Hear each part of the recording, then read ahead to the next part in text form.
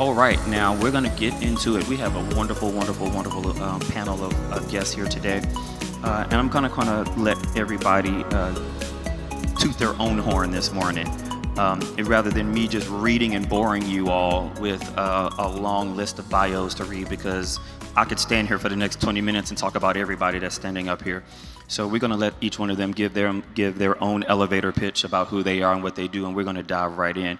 Starting with our guest here, Mr. DeRone Payne. And DeRone is really amazing. He's a wonderful animator that uses AI tools. He is a gentleman that works in the entertainment business and in the music space. You've probably heard some of his music on one of your favorite TV shows. But beyond that, he's also the guy in Cobb County that handles all of their media and all of those things. So I'll let you get more into that. And then, of course, we have Miss Phoenix Gray here. She's amazing. She works in the financial space, and she also uses a ton of AI tools and automations to help businesses get funding. And then, of course, we have Mr. Ilsaiah Hubert here. Ilsaiah is amazing. When I tell you this young man is so smart and so brilliant, if you've ever called us here at the Riverside EpiCenter and you've spoken to Michelle, Ilsaiah built Michelle, okay? And then, of course, Thomas, please forgive me. What's your last name? Thomas Barnes. Thomas Barnes is also an amazing gentleman here that also works in the AI space as well. So without further ado, I'm going to let everybody kind of sort of give their own introductions as to who they are, what their companies are, all their social handles, and then we'll get right into it. All right, how y'all doing today? Are we going to try that one more time? How y'all doing today? All right, now we got some energy in here. So my name is DeRone Payne. I am the Vice President of Operations for Payne Branding Company, LLC. We are a minority and woman-owned business owned by my beautiful wife. I work for my wife, y'all. And aside from that, I am, like Corey said, the Marketing Operations Manager for government. We serve a local government that has 780,000 plus residents.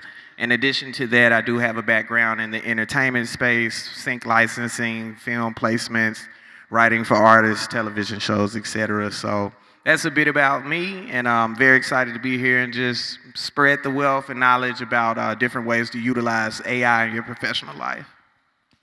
Awesome. So my name is Phoenix Gray, and I'm the founder CEO for Gray AI Solutions to help small businesses and real estate investors that are looking for funding to grow, expand, or scale their companies. So a lot of times, we will try to go the traditional route to get additional funding to help with equipment, with expanding our company, and we get into a roadblock for various reasons. And so what I do specifically is I provide resources and help to those that are needing to elevate their business to the next level. I also do workshops on financial literacy. That's really near and dear to my heart. I'm passionate about teaching what it means to be financially literate, specifically to women, but I generally, when I'm doing my workshops, I open it up to any and everyone. And then finally, I'm also the vice president for the ABWA, American Businesswomen Association, in the Douglas County chapter. And our organization really is around professional development and leadership, and would love to just connect with anyone that's looking to lean in and network with other people. I'm also very excited to be here on this panel today and the conversation that we're going to have around AI and how you can utilize it in your daily lives. Hi there, everybody. We're going to try that again. Hi there, everybody. There we go. So my name is Ilsaiah Hubert. I am the founder of Flux AI. So I started an AI company around 2 years ago when I was 17. And what... It's like a baby, literally. I love it. When they say the children are our future. That's right. Right, so it's been an interesting journey so far. So right now I have about 8 clients, give or take, and every client is different. Some are voice AIs, some are automation solutions, some are mobile apps, web apps, and what it really is a story of is how to do more efficiently. And that can take you any place in terms of automation or whatever the deliverable looks like. So it's been pretty interesting getting this experience because now I'm able to see problems and I'm like, oh, I can solve it that way, or you can solve it that way or that way. And so many different solutions pop up in my head. So it's been a great ride and I'm excited. And I also built Michelle. Yeah. Awesome, awesome, awesome, awesome, awesome. All right, and finally, Good afternoon, everyone. there you go. My name is Thomas Barnes. I'm with the Barnes Technology Group, LLC. I'm the business owner of a retail computer store in Sandy Springs, Georgia by the name of Experamax, where we do sales, service, and repair, all things technology, but specifically in the Apple space. So if you, your family, friends, colleagues, etc., need to get something repaired or fixed, then you don't have to go to the Apple store. You can come see me. God has blessed me. This is my 5th year in business. I come to you all today with a background in IT of over 30 years. By trade, I'm an IT program manager. Simply put, I've helped organizations such as Grady Health System, Delta Airlines, Fiserv, which is a fintech company. I'm more so on the hardware and infrastructure side of things. So if somebody's trying to build out a new data center, we hear that term a lot on the news or whatever. If you're trying to build out a new data center or data migration, data center consolidation, I can help you in that capacity as well. So from a retail side of things, as well as from an infrastructure perspective. And I kind of look and chuckle now, listen to Isaiah here, and thinking back when I was his age, no pun intended, right? So I've been doing IT now for about 30 years, and I can look at where I was. And the term AI, I mean, it's become really popular here in the last few years, but I can remember taking an electronics course in my senior year of high school when we were talking about robotics and AI then. And now fast forward to where we are today and seeing how how AI is a real game changer in our everyday use.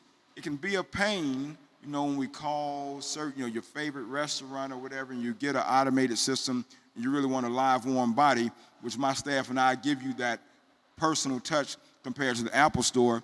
But on the flip side of that, when you start talking about becoming more efficient and being more productive, AI is definitely a tool that we all can utilize.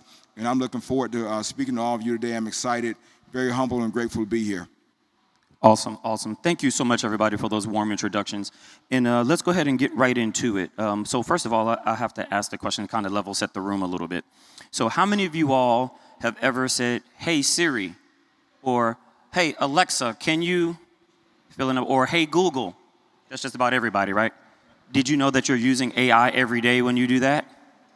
Okay, awesome, awesome, awesome, awesome. So at a very, look at that, my Siri's talking to me now. So at a very base level, right, guys, and I really want to direct this towards to Isaiah first, and then everybody else can chime in. But how would you explain artificial intelligence to someone who's never really used an AI tool?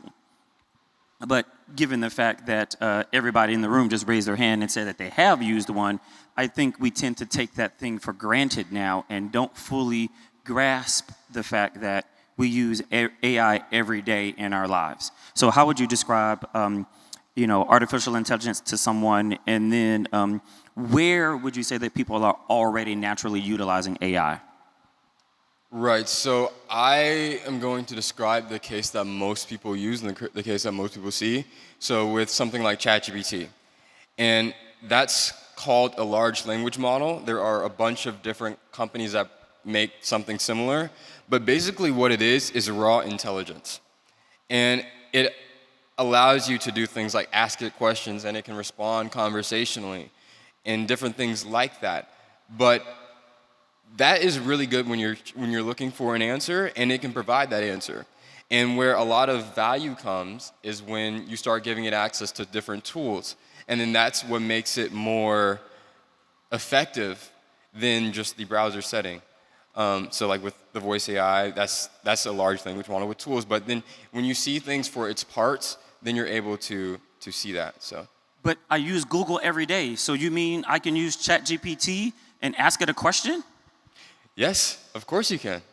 Oh, wow. Okay, so as the follow-up here, then how would you compare those two different tools for everyday use? Like for, say, the average individual who isn't writing an essay or who isn't building a business, what good use would a tool like ChatGPT be for the everyday user? And any one of you can chime in. So I'll chime in. So I started my AI path with Chat. I call him Chatty. I actually named mine Knox. The more information that you put into your Chatty, the more it gets to know who you are. The more it starts to then gear a lot of its responses to what it's knowing you, what it's known about you. So with Google is going to just spit out the answers for you, but with an AI like Chatty gets to know you over a period of time, and a lot of its responses then become more in tune to what it knows about you, and then also make sure that it's gearing the information specifically to what it thinks that you like. So I like to leverage Chatty specifically, and I've kind of expanded beyond Chatty to different AI options that are out there like Claude and Manus, if I'm doing research for a variety of different things. But Chatty or ChatGPT is a great way to be able to have information at your fingertips based on what it is that you've plugged in there and what you've utilized it for, because it gets to know who you are, and it stores that information so it doesn't go anywhere. So over a period of time, it starts to recognize that, oh, this is Sam. Sam has 3 children. Sam lives here. Sam has 3 businesses. Over time, it gets to know you as a person, whereas Google won't. Google just spits out whatever information that you're asking it. In addition to that, love Chatty. I name my chat Chatwick. You know what I'm saying? So when I talk to Chatwick, a few ways that you can use it that's different from Google. I like to think of AI as a robot that I can train to do tasks, right? It's an assistant, whatever you tell it, it is, right? So sometimes I like to tell my chat, hey, you are a social media analyst, and I would like for you to analyze this profile for my client, right? Here's their website, here is their social media handles, or if it's on their website, it'll find it for you, right? And find any other information about that client. What that just did was speed up the process that it takes for me to understand who my client is. It would have taken me hours versus taking me minutes to gather this information. So in another retrospective that you deal with finances, Chat might be your financial analyst sometimes, so you're able to ask it more in-depth questions, especially with it having that information and history about you stored into it. It's able to give you more precise and personalized answers versus a Google. And I'm going to piggyback on those last 2 answers. I just had a customer in my store. Today is Tuesday, excuse me. He was just in my store over the weekend, and he was explaining to me, and he does a lot of work in the social media, film space, and so forth. And he was sharing with me, just because of the intelligence that was previously mentioned using Chat, how he's literally in the process of a real-life lawsuit. And he's making use of Chat, and he spent literally, I think it's like 3 different lawsuits, whatever, and he's taken, and because of the descriptions that he has and so forth, he spent a little south of $1,000, and he's in the middle of a lawsuit as we speak, where said client have spent thus far about $300,000 to $400,000. So I'm saying that to say, from a practical perspective, as was previously mentioned about the tool learning you, your behaviors, being able to analyze things. It can also be, we talk about efficiency and productivity, right? But I mean, God, if you can get a tool to learn you and to the point that you're got a major lawsuit going on, and thus far you're not making you're basically essentially your own attorney. And let me be very clear, though, one of the things that he stated to me, though, was that it's all about the questions, that you provide, right? The more intelligent those questions are, the better. We've all probably heard the term over the years at some point in your life, garbage in, garbage out. And so that holds so true with AI. But I'm gonna step back and just state something. I remember when I started undergrad at Morehouse College, and a lot of you may remember the late Tony Brown, the journalist, who just recently passed away.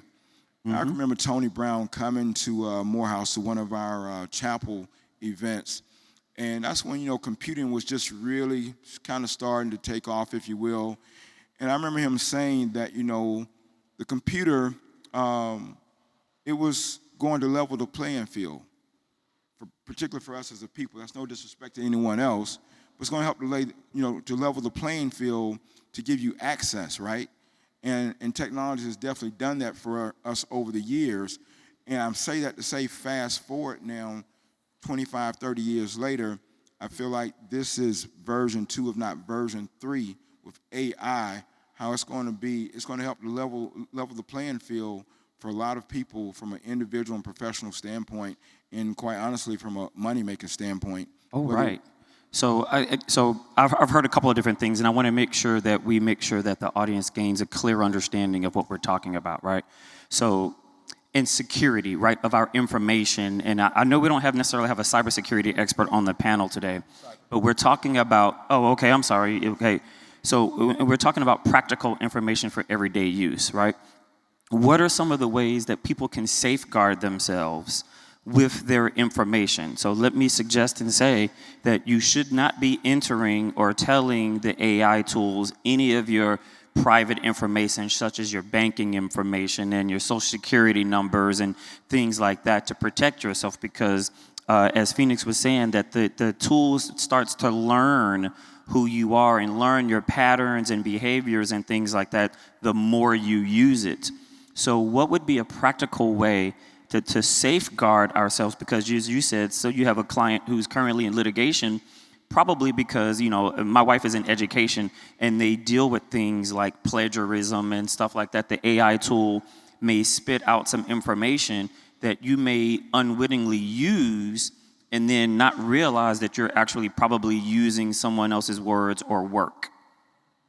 I'll take that if I may. Sure. So I'm gonna step back and answer the question. So first and foremost, and I say this respectfully to everyone, now it's more important than ever to really stop and think about what you're doing, regardless of how small or how large the something is or whatever.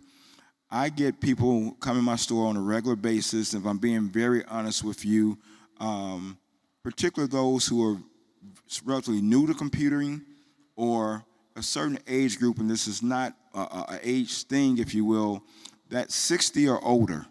And I have people come to my store all the time and innocently using Facebook or so forth and click on what they believe to be something legitimate.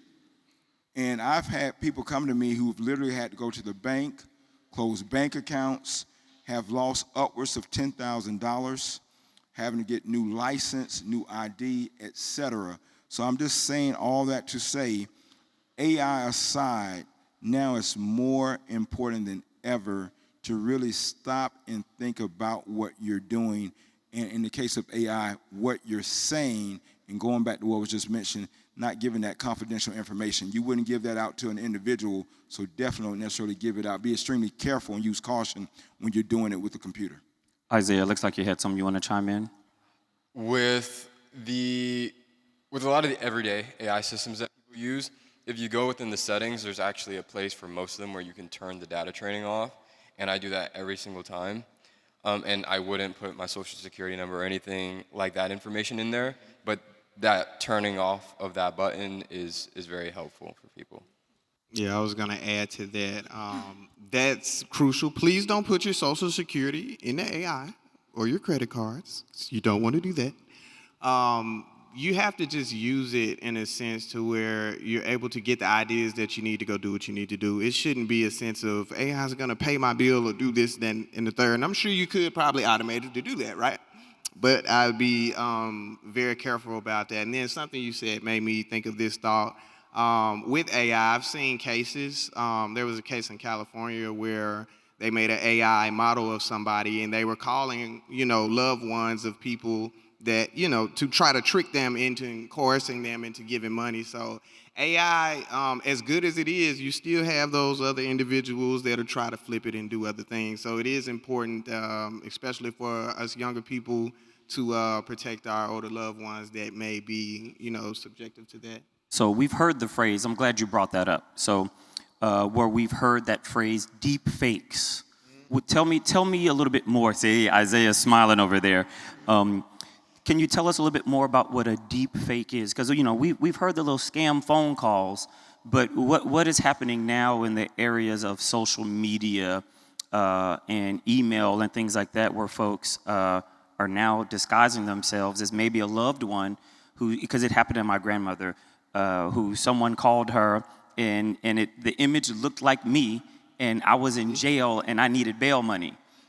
Well, last time I checked, I wasn't in Pennsylvania that day. And so luckily, my cousin just so happened to be there when she took the call and was able to recognize that such a thing was happening. So could you elaborate? Scary, right? Oh, very.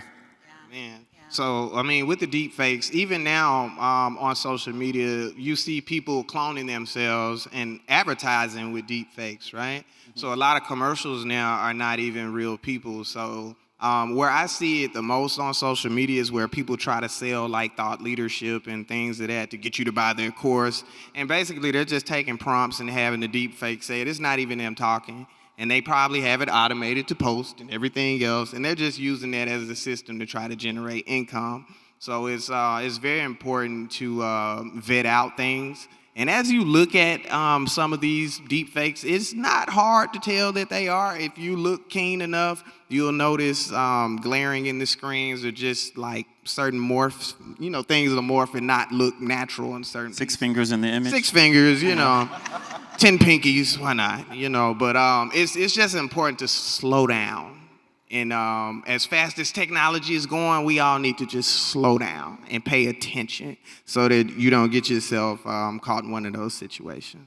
So I would say people are able to create deepfakes that are unrecognizable in terms of you wouldn't know that this is fake, in terms of visually and audio-wise, because you can clone a voice. I've cloned my voice, I've cloned myself before, and some people weren't able to tell. What I would say is have, like certain people, make sure if they tell you something that only they would know, because that can't be cheated. So. Gotcha. So I think that would be the takeaway right there, especially with your family and loved ones and things like that. If you ever suspect that you encounter something like that, let's make sure that maybe you have that line, that code word, or that question that you may ask, so that way you actually know that that person is truly a real person. All right, so moving on to business. How many entrepreneurs do we have in the room? Oh, great. We have a good number of entrepreneurs in the room. So good. So how can small business and entrepreneurs use AI without having a huge technology budget? Because we know having designers and developers and all these things can be very expensive when you have to pay for that type of talent. So what's a really good way that a small business or solopreneur can utilize AI to help them with their business? Sure. With small business, that's a big thing that I focus on with Payne Branding Company. So one of the biggest things that I would say is just being able to streamline your content. How many times do you sit down and I just need an idea for this next post and what should I do? What should I do? You go to chat, they'll give you 50 ideas right now, and then from there you can go through and, find which one works best for your business. So just as far as generating ideas is one thing. We spend a lot of time thinking in entrepreneurship more than we know. So it helps us, just be a little more decisive. In addition to that, making email and client lists. One interesting thing I did for my business was build an agent, and I built it through Google Opal. And what it allowed me to do was put a prompt into it to where it searched all of Georgia for all municipals within Georgia, and it was set to where it organized a Google spreadsheet that listed their phone numbers, emails, in addition to what county they were in and what type of municipal it was, because those are the type of businesses that I was targeting at the time. I was able to spit that list out in 5 minutes, and I had over 500 contacts. So it's about speeding your business up and just having access to more information. Like I say, when you tell the chat, hey, you're my social media analyst for the day, or you are my social media strategist for today, or marketing strategist, what ways can you can bounce questions off and get answers way quicker than what you could before. Right. Yeah, and I think you touched on something with the social media. I use Chatty a lot for marketing, but specifically for website design. I remember a couple of years ago, I went through the process of trying to set up a website for my business, and it was such an involved process. Oh, yeah. And there were so many things that were missed because I just, didn't know what I didn't know. Fast forward to, there is a tool called Lovable, Lovable, where you can basically put all of the specifics that you're looking to have on your site. So for your small business owners that don't necessarily have a website right now, you can have Chatty or Claude help you to design what it is specifically that you want in your website, plug that into Lovable, and Lovable will literally create your website for you in minutes. So I find that fascinating, and a lot of business owners that are needing to be able to get their website up and going find that refreshing because it is pretty easy and quick to set up. I also find that for small businesses, like you want to look and analyze what are some things that you're doing repetitively? What are some things that you do that's just, it takes up a lot of time, it's repetitive, it's the same thing that you're doing day in and day out. Look for those things that you can parcel to the side and create some sort of process around. Because at the end of the day, you want to be in a position where you're generating income for your business, right? You don't want where your time is spent on doing those things that you can really get a process around. So like what Isaiah mentioned earlier, getting a program in place that answers your phone, for example.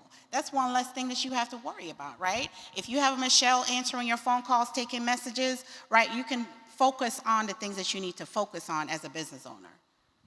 Go ahead, Thomas. All right, to piggyback on that, and literally as we speak, I'm in the process of doing some of the very same things that Phineas just spoke about, because we're all here today, right? But making use of, chat, whatever, you can be mobile, not tied down, chained to your office desk, and because of the things that you're able to do when you start talking about automation or even having a virtual assistant, so you can have calls to be taken, received, respond to, etc. I know on my way here today, I've had like 2 or 3 clients who were calling, they want to speak directly to me. So I'm in the process as we speak of putting together some things that will streamline the process of what I can delegate to my team, or what may eventually come to me, but I can help chat to make use of it, and I know how and when I need to respond to said client. Okay, so that sounds great. So now I heard a couple of things, Oh. Yeah, there's something I wanted to say about that. Okay, sure. So this is probably going to be the most important thing that I'll say, okay, because this is something that I use every day in my business. And that is an AI that understands me deeply, but I also give it the ability to take actions. Okay. So this is deeper than just the ChatGPT on your phone. It understands me way better than that. So I'm able to do a brain dump. I speak into my computer a list of 20 things I got to get done that week. It tells me all like 4 different. It puts every single day. It separates every day what I got to do each day. But then it also tells me what it can do by itself and what it can return to me autonomously, because I've given it access to certain tools. It knows everybody that's in my life. It knows my relationships with them. And so it makes it much better. It makes it much faster, and I get things done way faster than I otherwise would. Okay, so we're talking about all of this automation and how it can make you do things faster. But then I'm hearing all this other jargon that people may not know. So tell us, what is an agent? What is a prompt? You said you give it a bunch of tasks to do. I think that what we have to understand is that AI does not replace completely any of the processes that we still have to do in business and in life, right? So we have to teach it what it is that we need it to do, right? And so that's why we're here today, is to learn some of the information. So panel, please tell us, what is a prompt? What is an agent, and how do we get there? What is the pathway to being able to have it make decisions and automate processes for you? Go ahead, DeRone. You look like you wanted to. Well, I'll start with prompt. A prompt is basically a script or text that you enter into the AI. It's your set of instructions, basically. And then as far as agents, did you want to touch on that? I know you deal with that a lot. Right, so even with prompting, this has been something that's very important up to this point, and the key to that is being as specific as you can. Right. But what we are finding now is that the models, the ChatGPTs of the world, are getting smarter and smarter. So you are able to give them a goal of what you want, and it's able to figure out how to go get it done. So you don't have to be as specific as how to think. Just tell it what you want it to do. But in terms of the agents and getting that, thinking about that. So the way I think about that is there's an intelligence, and that can be any company. It could be Gemini from Google. It could be ChatGPT from OpenAI or Claude or 1,000 other ones. And that is the one doing the thinking. And then you also give it access to different tools. Maybe it can speak. Maybe it can access your email. Maybe it can access your CRM or your accounting software. But you do that, and then it's able to get into those things and do tasks on your behalf. And then you can, when you do something over and over again, you can turn that into a skill, and it's basically a set of instructions of how to get that done so it can do it over and over again. So that means you still have to do a little homework. You still have to do a little research. We've heard Phoenix said she used a tool to help her build her website. But you still have to understand and know the specificity of what it is that you want to have in your website, so you can instruct the AI to automate that process that you need it to do for you. Most definitely. And the one thing that I will say that I've seen when I'm speaking with people is that you don't want to be intimidated by AI. And I think that's probably why a lot of people shy away from using AI, because it just seems like, oh my God, it's too much. You know, I'm not at a stage where I can learn something new. And like you said earlier, we're using it already, right? There's, I think, a factor with a lot of people in terms of just not wanting their information out there, not wanting their data out there. Your data is already out there, right? For sure. So you've just got to get smarter with how you're utilizing it, and just start small. That's right. Because that way it's not intimidating. Start small if you haven't started already, right? Open up create a ChatGPT account. It's free. You don't have to pay, to be able to use it. And just start getting familiar and comfortable with putting questions in there, creating your prompts, asking it specific questions, telling it specifically what you want to do. For my business owners, think about where you want your business in the next 5 years. Say I want to be generating, $1 million, right? What Chatty will do, or AI can do, is basically backpedal and tell you what you need to be putting in place, what you need to be doing on a monthly basis, what kind of clients you need to have, or how many clients you need to have. It's going to give you the blueprint, basically, to be able to get to that 1 million revenue, right? So, but you've got to start somewhere, start small, and don't be intimidated. So that is perfect. So my follow-up question to that would be, which tasks would you suggest or recommend that a small business owner or entrepreneur consider utilizing AI to automate? I would say off rip, I like to use Otter AI, OTTER AI. Okay. And I use my agent with Otter. I use Claude for this. Basically, anytime I have a meeting with one of my clients, Otter is transcribing and recording the meeting. Then it's automatically routed to my Claude, right? And it summarizes all of the meeting notes for me. And it is now hooked up to a project management software called Asana, which is similar to Monday.com if you're familiar with that. I'm familiar with Asana, yeah. Basically, it creates assignments for my employees that work with Payne branding and gives them all of their tasks, and it automatically emails everything out. It sends a basically a synopsis of the meeting, a debrief, if you will, and it goes to a Google Drive where my administrative assistant can then proof it, because it's very important. Let me just make this point. Please, if you're using it in your business, before you send a document off, please read it in totality. So it sounds like to me that you almost have a project manager that you Correct. built into your AI. Is that what I'm hearing? Correct, because it allows me to get information and assignments out to my staff much quicker than it would for me to sit down and go through the notes. But that outer AI is not going to miss anything. Because when you're dealing with business, you're dealing with clients, it's important that they feel heard. And, you know, we're all busy. We have multiple clients. So when you have something like that in place, it helps save time. I can leave a meeting and go speak to another client, but that client I just spoke to is taken care of in totality. They have everything they need. It's a professional email going back out to them that is checked by a human for accuracy. So it's just to speed up your workflow so that I can take on more bandwidth. And what some of the AI tools now are actually giving you the sources. They're telling you where it got the information from. And one, not to cut you, but just with a government piece, it's so important to check for accuracy. This is the government.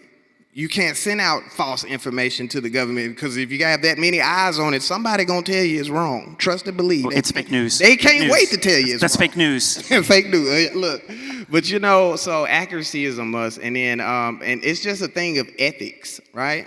Move morally correct and have a good ethical system. I don't believe in just throwing things in the chat GPT and copying and pasting and throwing it out. You need to reword it, make it you. It's just here to help you. It's not here to replace you. Okay, Right. Thomas? And go ahead. Okay, so in terms of what task can it do for you, you understand you better than anybody. And AI is one of the first tools that can actually teach you how to use it. So you can talk about the things that you do on an ongoing basis, what your day looks like, what your business is, how you guys make money, what's the most important thing going on right now. And then it can tell you the best automation candidates based on what's taking the most time from you, what is the highest value to you. And then it can walk you through how to get that done. So, yeah. Oh, wow, that is very cool. Go ahead, I Thomas. just want to piggyback on what was said a minute ago. I know I've used AI for project management as well.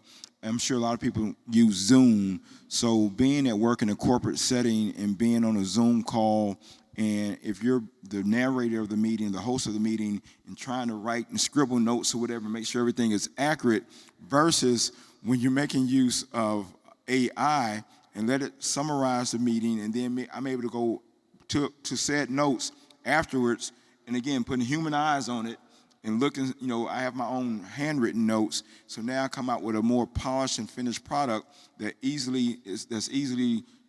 I can disseminate to the listening audience, and ultimately my time is more productive.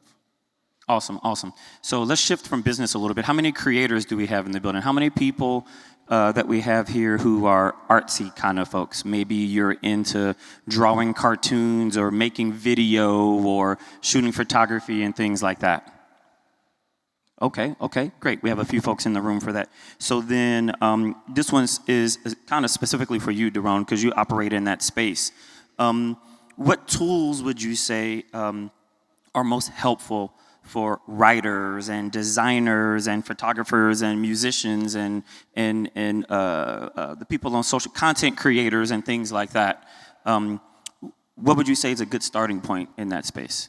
For myself, I genuinely started with chat. Okay. It was my first starting place, but I also like to, it's one specifically called Higgsfield.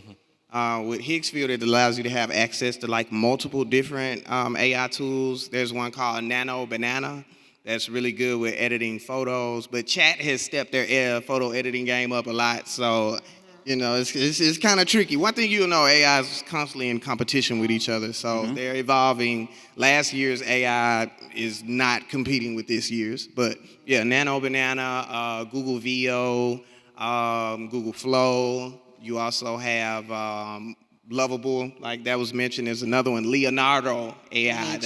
Those are all HeyGen. Like these are really good video generators and things of that nature. Something I've seen work well like in advertising, like if you're creating, let's just say you don't have any stock footage for a certain area, you can take a picture and animate that actual picture to kind of add more, depth and flair to your marketing and advertising pieces. So I found that to be useful for as far as videography, photography, and a graphic design perspective. One thing I will say though, I do see people that just make their entire flyers inside of AI. We know it's AI. We can see it. And again, this is just going back to government, right? Sometimes AI is not spitting out ADA compliant graphics.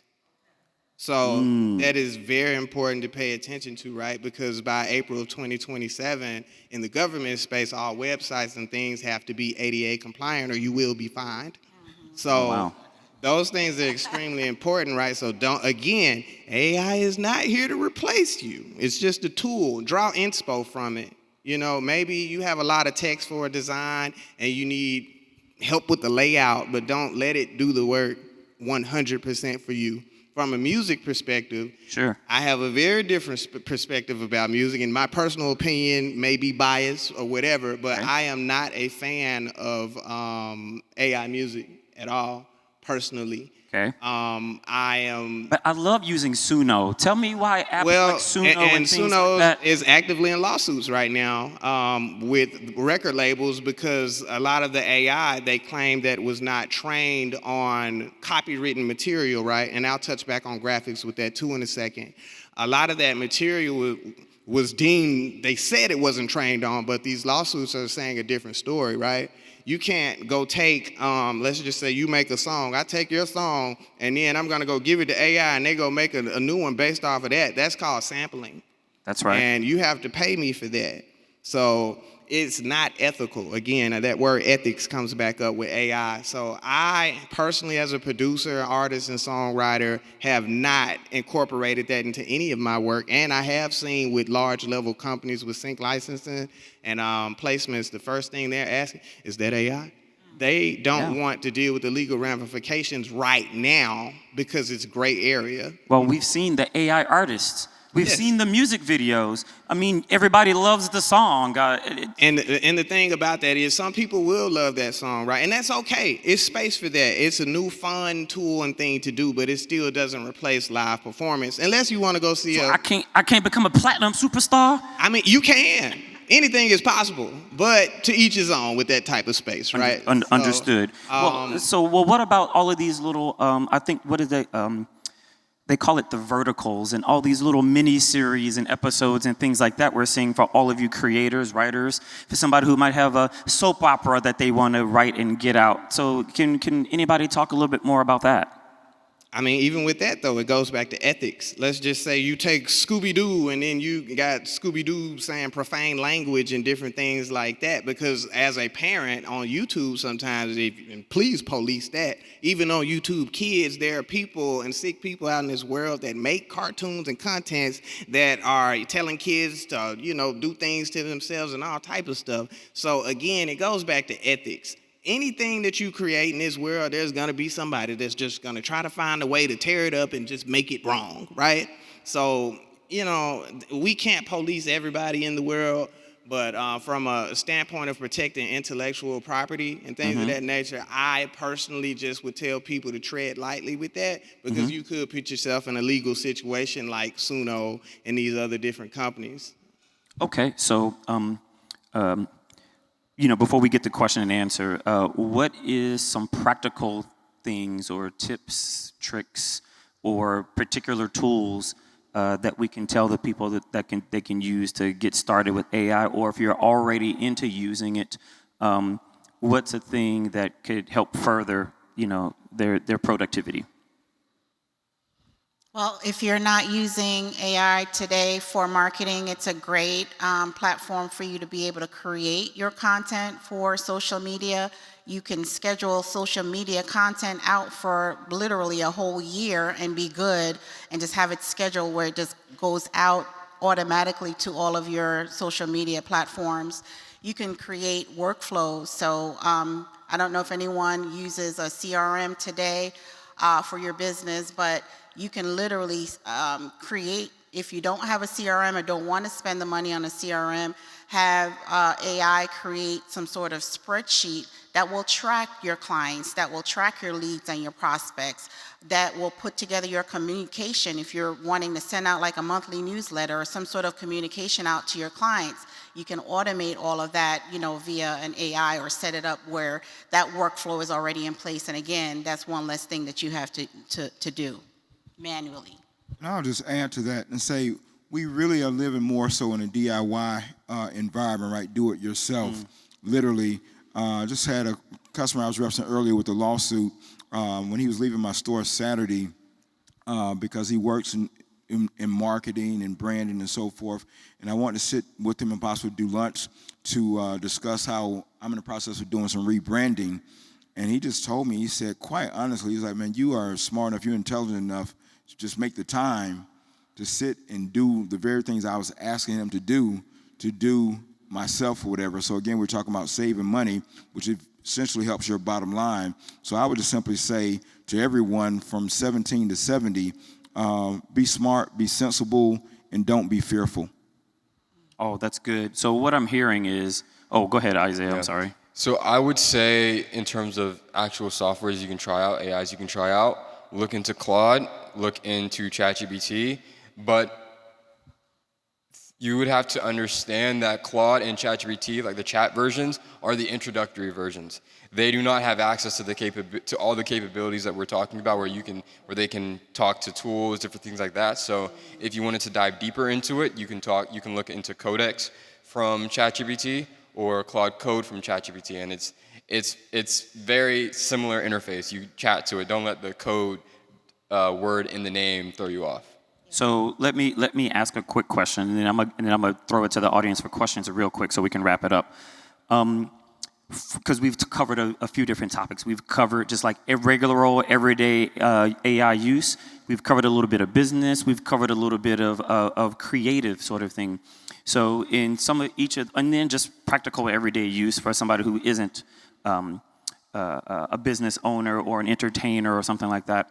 What would you say, to your point, Isaiah, would be the tech stack, right? And I'm just saying, let's just use business, for instance, and business automations, because you guys talked about a CRM. I don't know if everybody knows what a CRM is, right? That's your customer relationship management tool, right? Where you can automate things like emails and invoicing and all that sort of thing.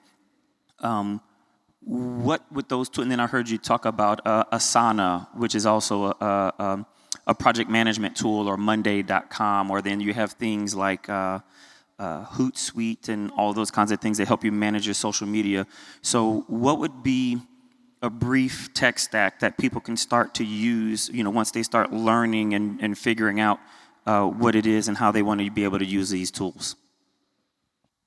Right, so you already have, if you're a business owner, you already have some sort of a tech stack. You can let AI know what you currently have, what your business is, and then go from there. A lot of your current softwares and things may already integrate into AI. If they don't do it natively, they can do it. So you can ask it how it could be most useful. Awesome. And to add to that, with certain software, just ask your AI, because there are things called connectors where you're able to connect different software to your AI to automate tasks. Just ask your AI. It'll tell you. So one of the greatest pieces of advice I've ever gotten was tell the AI to ask you questions about what you need, what you're doing, and then it can spit out some of those answers that maybe A, you need, or B, that you wasn't thinking about. And with that said, do we have any questions in the audience today? We have, oh boy, okay. Here, Dr. Boyd is coming around right here to you. Thank you. Hi, thank you for all the information and for being here today. So my name is Ramona Blake. Full disclosure, I'm an AI consultant. I brought 15 years of HR, specifically DEI and sustainability experience to the table before I started in AI consulting. And I have two very quick questions. And I think the first one is DeRone? DeRone, yeah, because you deal with the visual elements in AI. And the question really is, where do you see kind of bias in AI going, particularly with the visual representations? Very funny story. I was building yet another avatar for a video I'm doing. And I wasn't going to say the app because the platform, but you said it, it's Hakesfield. And when I tell you, I know how to prompt. I know how to put in information to get out, right? Good information in, good out. And when I tell you it generated the whitest white woman for my avatar that I've ever seen, and I know I'm fair, but I don't look like a white woman. So I'm curious as to where you see that going. I in fact, am starting to build an app that's an overlay to help with like visual AI to be more culturally relevant and specific. And then my second very quick question is related to the environment in AI. The data centers are coming. We know they're going to be here in Georgia. I think one may be finished already, one's coming. So I was just curious as to where you all are seeing that conversation go, because I do think it's related to some people's fear of using AI. They hear it, the data center's coming, the environment, and they may shy away from using it. So those are my two questions. Whichever one you can get to is great. So as far as the bias piece in AI, that is a great call out, because as I've dealt with certain clients and of our complexion, if you will, I have had issues prompting with that. And AI isn't perfect, but you can tell from some of the training that it is not necessarily fully cultural yet, if you will. So it's a lot of room to grow there. I agree with you on that 1,000%, and do think the businessman in me says, though, in this exact moment, that's a huge opportunity for us to develop our own software and tools that are more, in line with what our preferences are. And then your second question. Actually, I'll speak to the second question, if you don't mind. Literally just talked to a friend of a friend's up in Virginia around the data center issue.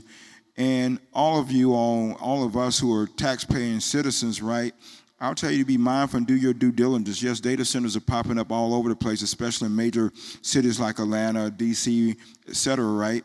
But just so happened, a friend of mine called me literally a week ago, and we got talking about data centers, and she was like, whoa, wait, I need you to talk to a friend of mine who literally was dealing with something up in the Maryland, Virginia area. Her and her husband deliberately, like a lot of people, right, they had a house built from the ground up. They chose to locate, they were very specific about where they wanted to stay, not knowing, they haven't even been in there 3 years, not knowing a data center is about to come over there. So first thing I suggested that she do, I was like, you all may have seen on the news recently, the Cobb County residents just recently fought, and I'm gonna say for the time being have won. I think they've at least have a moratorium in the short term in terms of data center being built out in DeKalb County. So I made the same suggestion. I was like, as a tax-paying citizen, I was like, I don't know if you need to start a petition or what you need to do, but don't just sit and do nothing. Call your council person or whoever you need to speak with. I know there are several data centers over here in South Fulton, and at the end of the day, they're gonna come. They're just a reality of life, right? And like I said, I work with data center build-outs and so forth. But again, you as a taxpaying citizen, use your voice. Just because something's happening in your neighborhood or is coming to a neighborhood near you soon, doesn't mean that you have to just sit back and accept what's being done. So I would just encourage you to be active and engaged in your community. That is great. So two takeaways. So I'm going to get to you right now in a moment, Helen, is for some of us that are a little more well-seasoned, tell your children and your grandchildren to go learn and become programmers, become the coders, become the developers, so we can see more of ourselves in the AI and what it spits back out. And then that was a great one too, Thomas, is you have to participate in your local governmental process where you are. You have to read the notices, check the posting, things like that, and understand and start to learn who's doing what, because some of these developers will say one thing on paper when they submit it to the city council, to the planning commissions, and things like that, and then it turns out to be something else. So we all have to remain vigilant and be diligent about finding out the information. And then we'll have a final question from Ms. Helen, and then we can let folks talk amongst themselves. Hi, my name is Helen, and I'm a business owner, commercial. Direct this question to Isaiah, I think. From an AI perspective, agent, lots of the businesses make cold calls, and lots of businesses, corporations are now using the AI agents to answer the phone. So how can a business trying to reach out to a corporation or business to get past those agents that are answering the phone to get to a person. That's good. Right, so it's actually funny because I created my own personal agents or voice agents, and they'll receive spam calls, and then I would get like a AI spam trying to call my AI, and then my AI is going back and forth with that, and then I listen to the call recording. But right, The two AIs are talking to each other. They get arguments. yeah. No, I cannot help you right now, so. I would love to hear some of those recordings. Yeah. So that happens. With the AI, it's really dependent upon how it's set up, because if the company set it up to where it can forward calls, using that as your best option to be forwarded on to a person, or then it can potentially even leave a message for a person. So it's really depending upon how they set it up. Yeah. So to further Helen's question, are there any specific words then maybe that she could use that would trigger the AI to then give you that option to seek an actual person, or to get you to that voicemail, so that way hopefully she can get an actual person to call her back, because she's cold calling different businesses to drum up business for herself? Right, it really depends upon that company, how they set up their system, because if they don't want anybody talking to a certain kind of person anymore, they don't have to give it the ability to forward calls, but they may do that. So playing around with it, you can try different words and see. Press 0. Press 0. Or live person, please. Yeah. You can say live person if they got a live person available, and then that should be able to get you to somebody. Sure, go ahead, Thomas. No, it's funny you say that, right? Isaiah and I was talking about this before we began today because of my frustration yesterday and my having to call AT&T, so I got to get my internet service moved from one physical location to another location. And unfortunately, like if you ever try to call Uber support, God forbid, you are not going to get a live person.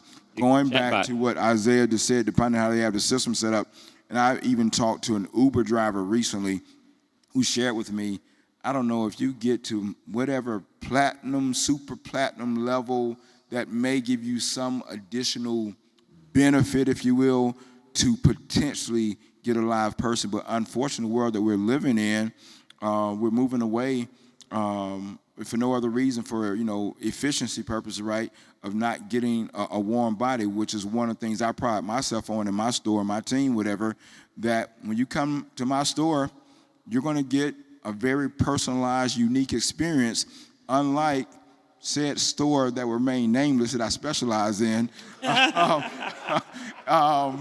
You're going to get us. You're going to get us without the wait. We take appointments. You don't have to make an appointment. But unfortunately, we're getting away from that live, chest-to-chest, face-to-face, warm body experience. And your dollars matter. So go where your money is welcomed, if you will. I know we all probably buy certain things from Amazon and things that are very cost efficient. But I encourage you to, when and where you can, support small and local business. All right, guys, we're over time now. I want to say thank you so much. Wonderful panel. DeRone, Payne, Phoenix Gray, Isaiah, Hubert, Thomas. Thank you so much, everybody, for giving all of this wonderful information. Thank you, everybody, for all of your questions. Hopefully, the panel, if they have a little time, they'll stick around and hopefully answer some more of your questions. But of course, let me tell you, you came here to the Riverside EpiCenter, the most epic destination in all of the Metro Atlanta area. So please do make sure you go to riversideepicenter.com. Follow us everything on socials at Riverside EpiCenter. And everybody, thank you so much for coming out here to Epic Talks Lunch and Learn series.